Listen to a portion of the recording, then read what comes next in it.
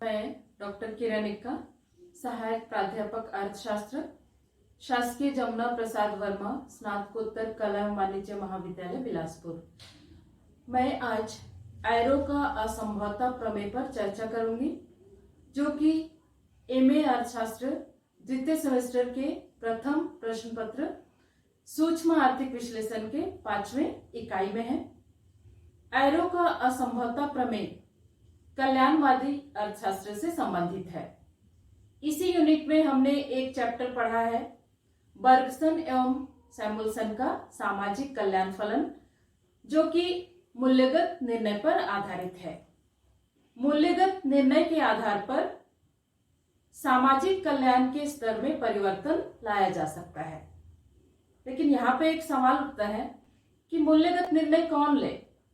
इसके संदर्भ में बर्गसन एवं सैमुअल्सन ने एक महापुरुष की कल्पना की है, जो कि सामाजिक कल्याण के संदर्भ में मूल्यगत निर्णय लेता है। आधुनिक प्रजातांत्रिक समाज में व्यक्ति अपना प्रतिनिधि स्वयं चुनता है और इस प्रकार सरकार का निर्माण बहुसंख्या अर्थात मेजोरिटी के आधार पर होता है और सरकार ही मूल्यगत निर्णय सामाजिक कल्याण के संदर्भ में लेती है।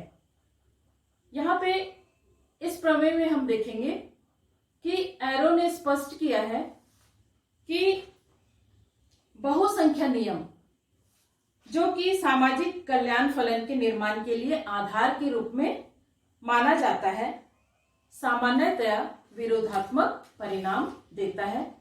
इसी को हम लोग इस प्रमेय में पढ़ेंगे। अब देखते हैं असंभवता प्रमेय। प्रोफेसर के.जे. एरो ने सन 1951 में प्रकाशित अपनी पुस्तक social choice and individual value में यह स्थापित किया है कि सामान्यतः सामूहिक निर्णय प्रणाली सामाजिक आर्थिक कल्याण को अधिकतम करने में सहायक नहीं होती है। उनके अनुसार जनमत के आधार पर सामाजिक कल्याण फलन का निर्माण करना संभव नहीं है। इसी प्रकार व्यक्ति के कल्याण के संदर्भ में उनका कहना है कि एक व्यक्ति का अपना कल्याण उसके स्वयं के उपभोग अर्थात निरपेक्ष मात्रा पर नहीं, बल्कि उसके साथ साथ समाज के अन्य सदस्यों के उपभोग अर्थात उनके सापेक्ष उपभोग की मात्रा पर निर्भर करता है। अब देखते हैं, एरो ने कुछ शर्तें दी हैं, जिसको एरो की शर्तें के रूप में देख सकते हैं। प्रोफेसर एरो ने सामाजिक कल्याण की व्याख्या के लिए समाज तथा व्यक्तिगत निर्णय के मध्य पाए जाने वाले संबंध को आधार बनाया है। यह मालूम हो जाने पर कि समाज के विभिन्न सदस्यों की व्यक्तिगत इच्छाएं क्या क्या हैं तथा इन्हें एक सामूहिक निर्णय में कैसे सम्मिलित किया जाए, प्रोफेसर एरो ने 4 महत्वपूर्ण शर्तों का उल्लेख किया है, जिसमें पहला शर्त है संगत चुनाव।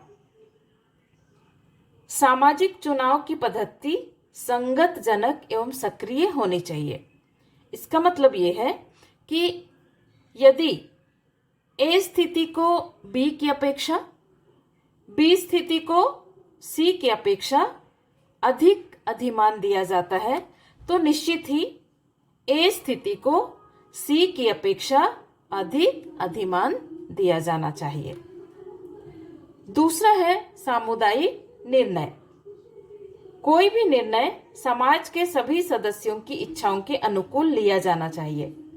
ऐसा ना हो कि सामाजिक निर्णय किसी एक व्यक्ति की इच्छा अनुसार लिया जाए या फिर किसी ऐसे व्यक्ति के द्वारा लिया जाए जो समाज से बाहर का व्यक्ति हो। तीसरा है अनुरूप चुनाव। सामाजिक चुनाव किसी समाज के सदस्यों के चुनाव से विपरीत दिशा में परिवर्तित नहीं होना चाहिए, अर्थात सामाजिक चुनाव विभिन्न व्यक्तियों के चुनावों के अनुरूप होना चाहिए। चौथा है सामाजिक निर्णय का परिवर्तन।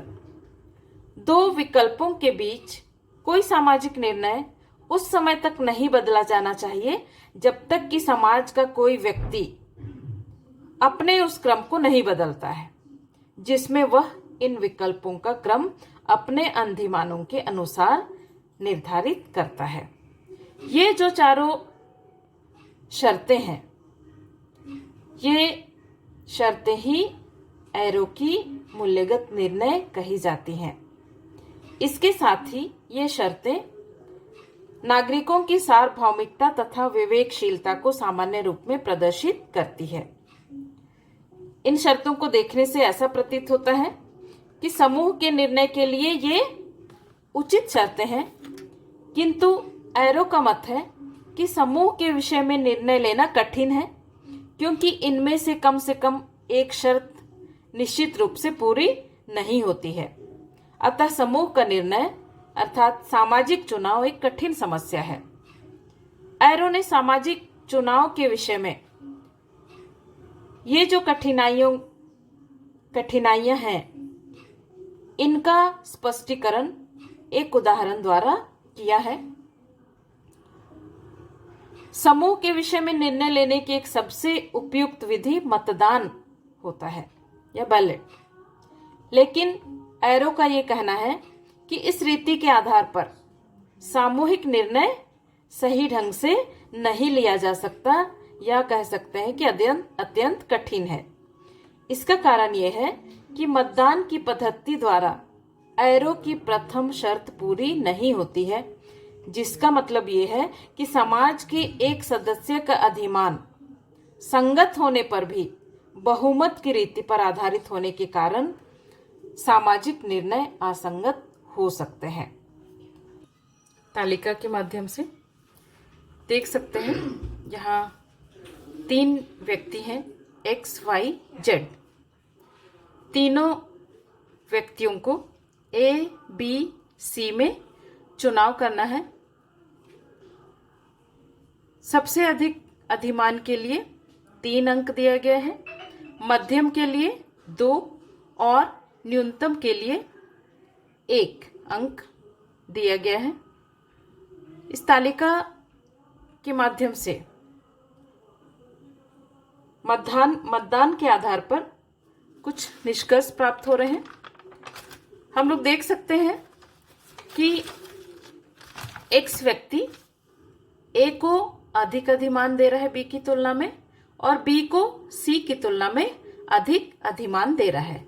इसी तरह Y व्यक्ति B को C की तुलना में और C को A की तुलना में अधिक अधिमान दे रहा है। Z व्यक्ति जो है वो C को A की तुलना में और A को B की तुलना में अधिक अधिमान दे रहा है। इसी तरह यदि हम लोग 3 में से 2 मतलब बहुमत के आधार पे यदि देखना चाहेंगे तो X और Z दोनों ही A को B की तुलना में अधिक अधिमान दे रहे हैं। इसी प्रकार X और Y B को C की तुलना में अधिक अधिमान दे रहे हैं, और Y एवं Z C को A की तुलना में अधिक अधिमान दे रहे हैं। इससे स्पष्ट है कि 3 में से 2 अर्थात बहुसंख्यक या बहुमत द्वारा A को B की अपेक्षा तथा B को C की अपेक्षा अधिक अधिमान प्रदान कर रहे हैं। दूसरी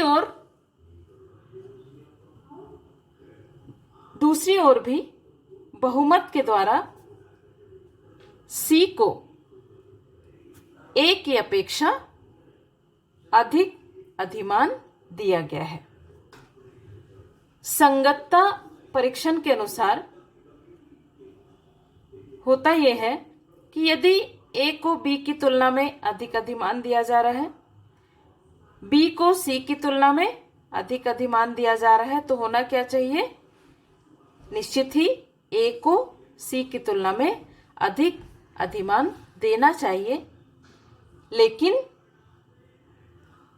तालिका में बहुमत के एक निर्णय के अनुसार यहाँ हम लोग देख सकते हैं कि सी को ए की तुलना में अधिक अधिमान दिया जा रहा है, जबकि होना ये चाहिए ए को सी की तुलना में अधिक अधिमान देना चाहिए। तो इस प्रकार हम लोग कह सकते हैं कि ये संगत नहीं है, बल्कि एक विरोधात्मक परिणाम दे रहा है।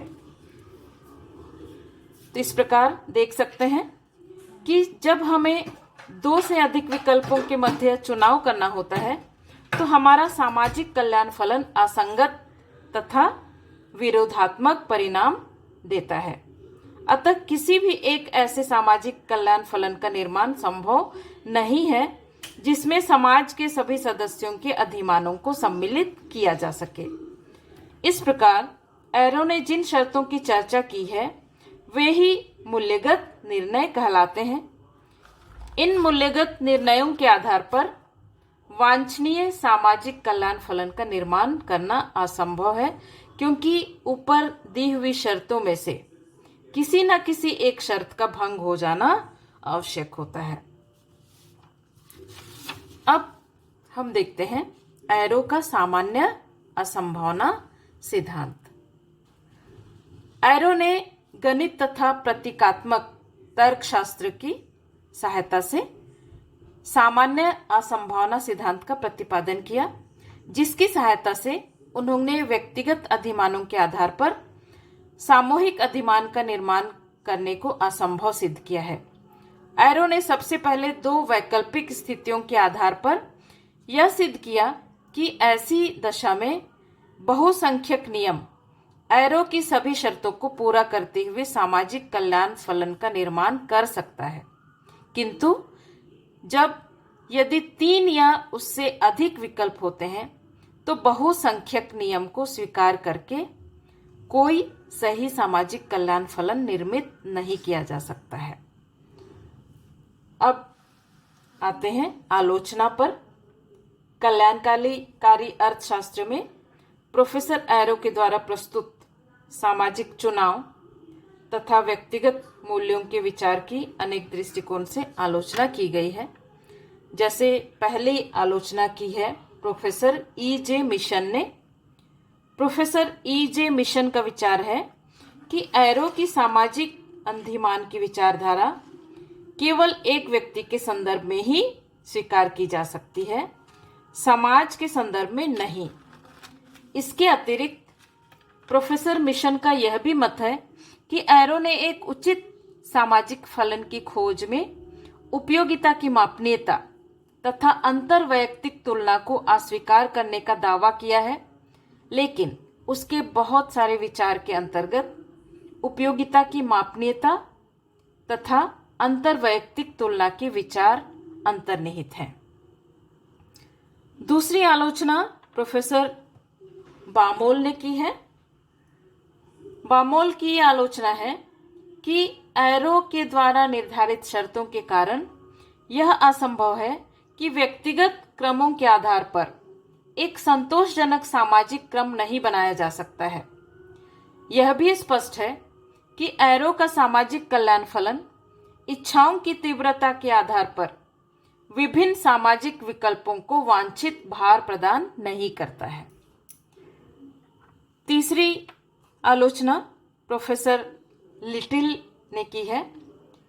प्रोफेसर लिटिल के मतानुसार एरो का सामाजिक कल्याण फलन के संबंध में नकारात्मक निष्कर्ष अर्थात असंभाविता का कल्याणकारी अर्थशास्त्र में कोई प्रासंगिकता नहीं है। अतः एरो के फलन को सामाजिक कल्याण फलन के बजाय निर्णय करने की प्रक्रिया के रूप में समझा जाना चाहिए।